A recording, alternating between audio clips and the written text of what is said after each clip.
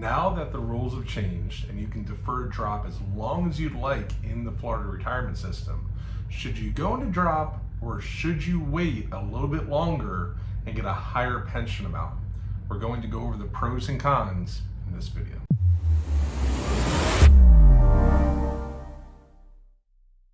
Okay, so let me just start just like I do with all my videos and say it all depends on your individual situation. So use this video kind of as a guidance of, okay, well, what do I want to do? Do I, want to take a look at my individual numbers? But use it as a way to kind of analyze your situation. If you need help, so some people just say, you know what, Don, this isn't what I do. I'm good at what I do, but I'm not good at this. If you need help, our advisors do this every single day. So if you're trying to decide whether or not you should go into drop, you can go ahead and click the link below and schedule a complimentary consultation. We can sit down, take a look at your numbers. We can do an FRS roadmap if you like and see the pros and cons. But in this video, we're going to go over just some general things of whether or not you should enter drop or you should defer even longer. Okay, so for those of you who don't know, what the Florida Retirement System drop program is your pension saved into a trust fund for now 5, you can go up to 8 or even 10 years down the line. So if you retire and you decide to go into drop, you are basically you are retiring. You are receiving your pension check at that point. You will no longer get a new high 5 years.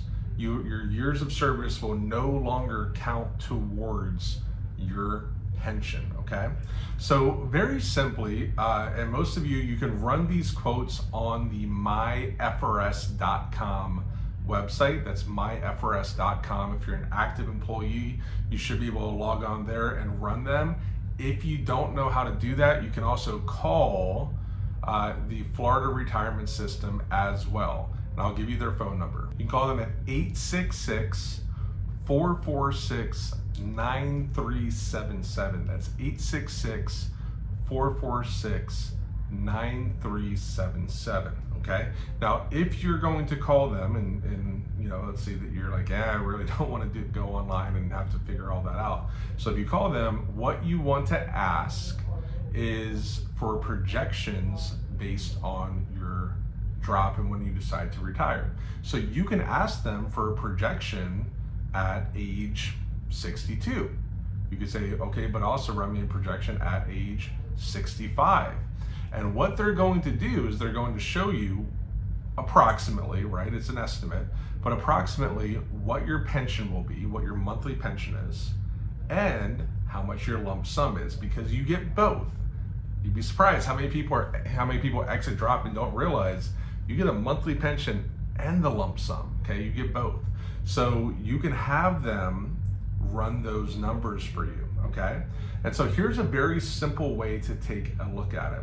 If your pension increases by, let's say, $200 per month for deferring drop for 3 years, okay? What you want to do is you want to take a look at what the drop amount would have been over those 3 years.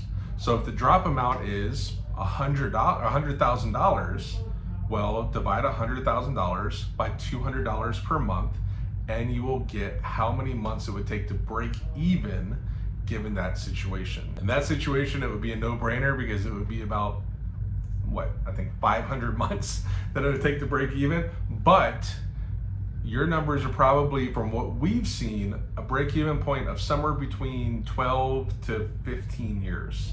And then you have to take a look at, okay, well, if the break-even's 15 years, I'm gonna retire at 67, then do I really wanna wait until I'm 82 years old to break even on my money? And then if something happens to me or my spouse or whatever else, then I won't even. So those are the things you have to take a look at. Now, the reason I say that everyone's individual is, yes, on average, the break-even point might be 15, 16 years, whatever it is, but your situation can be very different, right? There are different factors that go into your pension. The biggest one is once you go into drop, you lock in your high 5 years. So if you get some type of really big raise in those 5 years, which some people are starting to see decent sized raises, right? We've heard of certain agencies getting 20-25% raises. If that's the case, that 20 or 25% will no longer be applied to your pension. So if you're in that situation, you might want to consider waiting to get a new high 5 years.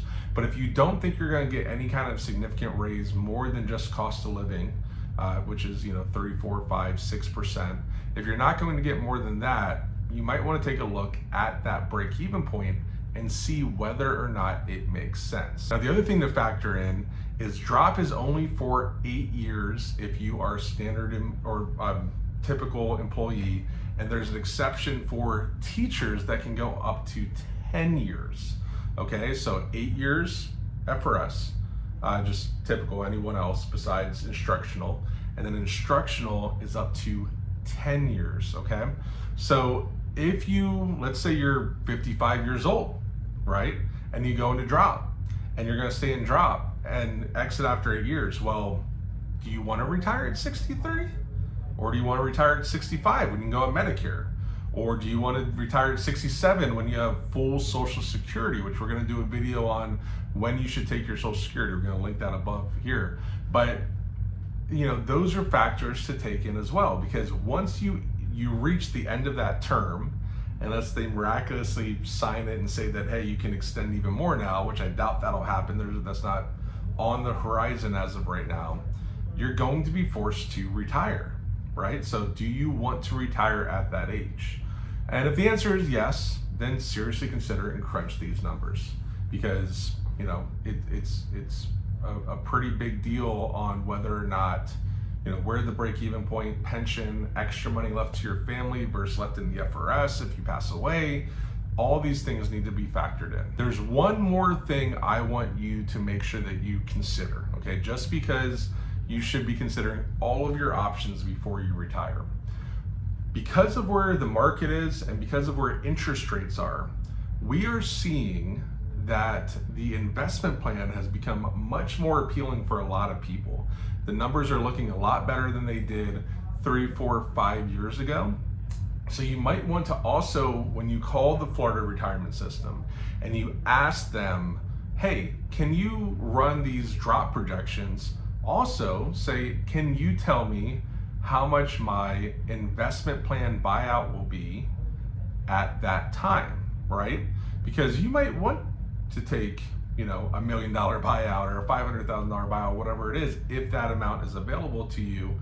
So that is an option as well. We did a video on whether or not you should go into the investment plan or whether or not you want to consider the investment plan, the pros and cons. I'm going to link that above as well, okay? So but I would get all the numbers and crunch them, right? So if you're good with money and you're good at math and you know how to do this or you have a financial advisor that you absolutely trust and is good with the Florida retirement system pension program, take those numbers, crunch it with them, figure it out, okay? If you don't have that, once again, we are here to bounce that off of. We don't charge anything to do it. So we can go over the different pension options, drop versus no drop, investment plan. We can help you crunch the numbers. And then where we would come in is eventually you're gonna exit drop, right? And so if you need help with that drop money, we're here, this is what we do. Or if you need insurance, we're here, that's what we do. But we do these FRS consultations and pension advice at no charge. And really, doesn't really matter to us. Our advisors are just there to make sure that you are getting the best deal for your situation. So thank you so much. I hope you enjoyed this video. I hope it helped, because that's the biggest question we're getting right now is, do I want to go in a drop? Do I want to wait? Before it's a lot easier, right? For before, a lot of people could just say, I'm just gonna, I have to go and drop by 57, so I'm gonna go and drop by 57 because I don't want to lose out. Or I have to go and drop at 62, so I don't want to lose out. Now that you can defer, it's becoming much more of a much more serious conversation, because you can defer until you're 70. So once again, hope you enjoy this video. If you need help, links down below. Please consider subscribing if you are part of the Florida retirement system and you like getting information. Please consider subscribing and sharing this video. that would help us out a lot. And we'll talk to you in the next video. Thanks. Bye.